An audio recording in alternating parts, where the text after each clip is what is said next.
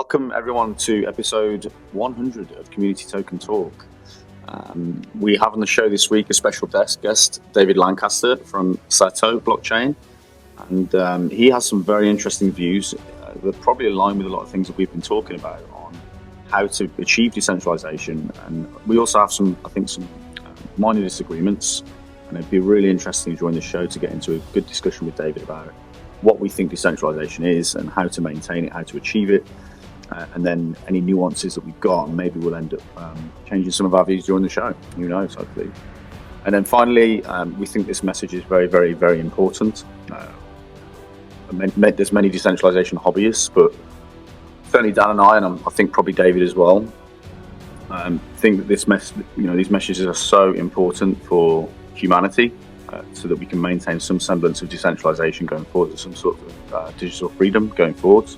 I really echo what you said about the importance of it too. 10 years ago, I don't think anyone was thinking it would get this bad this quickly with censorship and media echo chambers and stuff. So the technology, when it first came out, we all had a gut feeling, right? Sort of 10 years ago when we were all playing around with Bitcoin.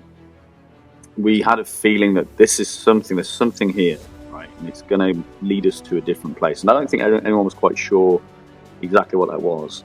But as we've gone through things like the Justin Sun takeover, and I'm sure you've had plenty of very interesting experiences yourself in the industry over the years, you start to see concretely like this, oh, right, we did these things, and it led to the fact that now we're more anti-fragile in this way, right? And I think a lot of it is very counterintuitive. And a lot of it is things that you can't plan for. I know a lot of the founders of the chains don't fully understand what they've built. We take that view. Not that they're not. I mean, they're very, very, very smart people. But a lot of this comes about by happenstance, and is very counterintuitive to the way the human mind works. And so, as a result, a lot of people in the industry have gone down the pump my bags, number go up, let's chase some money. And a lot of people have made a lot of money. And I guess fair play to them. But it's been at the cost and sacrifice of decentralization in many cases. So now, like you were just saying, we're at the point where it's kind of gone downhill so fast, and we're in a place where so many of these chains are regulatable by external entities and controllable. The analogy I'd throw at you actually is it's one of the themes in Inception, which is why we're called Saito or Sato. It's the theme of people fall into the world and they forget truths that they once knew. And I think, what is decentralization and what are we doing? What are we trying to build? Also, like what was new about Bitcoin is one of the huge ones. And I mean, maybe if this provides a starting point, it's a great example because people turn decentralization into this word, and then anything they can do in the name of decentralization, they think is achieving the goals. And it's like, look, the Federal Reserve is decentralized. There are lots of versions of decentralization which are not decentralized, right? And it turns into a circular argument and people don't think it through. But there's so much money that they can get that they're just like, okay, they throw anything against the wall. So yeah, it's a good starting point maybe. You guys said you had a really extensive definition of decentralization. I'd say we've got a one-word definition of it. But my guess is there's a lot of overlap. Yeah. I mean, the reason we've got an extensive definition is because we've gone into the systematic details of writing the book about this. Mm-hmm. Yeah. And it's funny because we kind of like initially started the book going, we've got to do this quickly and get it out. So because that's the way things move in the industry. But as we've gone through it, you realize that there is almost no one in the industry that they've gone back through their chains and worked out why they are or are not decentralized. I'd say also it's the computer science focus is really poisonous as well, because people think they're dealing with a technical problem and they're not. Maybe, if you guys don't mind, do you mind if I just spend a minute and kind of throw our structure for thinking about that and see what your response is?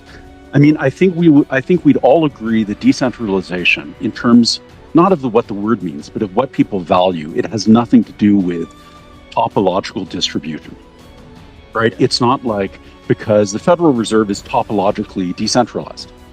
Gmail, Google servers, they're topologically decentralized. Amazon's topological decentralization. That's not the point. And I think a lot of people, they forget about this, or they assume basically there's something else that they want. And if you push them on it, a lot of them say, well, it's about power. And this is getting closer to the truth, right? Like, what they don't want is they don't want to have someone in the network who has power. And most people I find who will make that step, like, that's correct, right? Like, you don't want Justin Sun owning 70% of the network if ownership of 70% of the network lets him start doing bad things. But most people, I think, will stop there. And I think what's interesting, though, what we like to push people on is you can actually define it. It's like, what is it that we are afraid that someone with power will do? And this gets us to what Saito is really focused on. But, I think it's just we're kind of trying to get a definition and give it to people. What we're afraid of mostly is excludability. We're afraid of people not being able to participate in the network. They're excluded from use. But we're also afraid of people being excluded from provisioning the network. And both of those are of equal importance, right? Because if you can be excluded from use, but if you can be excluded from provisioning the network, you can have incumbents who can control it and who can tax you because you can't get away from them. And if you can be excluded from using it, well, that's state censorship or corporate censorship. So for us, people talk about permissionless and they talk about power. We find those definitions very abstract. And we like to push people towards, what you're really afraid of is a very specific type of abuse. And it's the abuse that happens when someone is in a position to exclude. So we say the key property of the networks is non-excludability.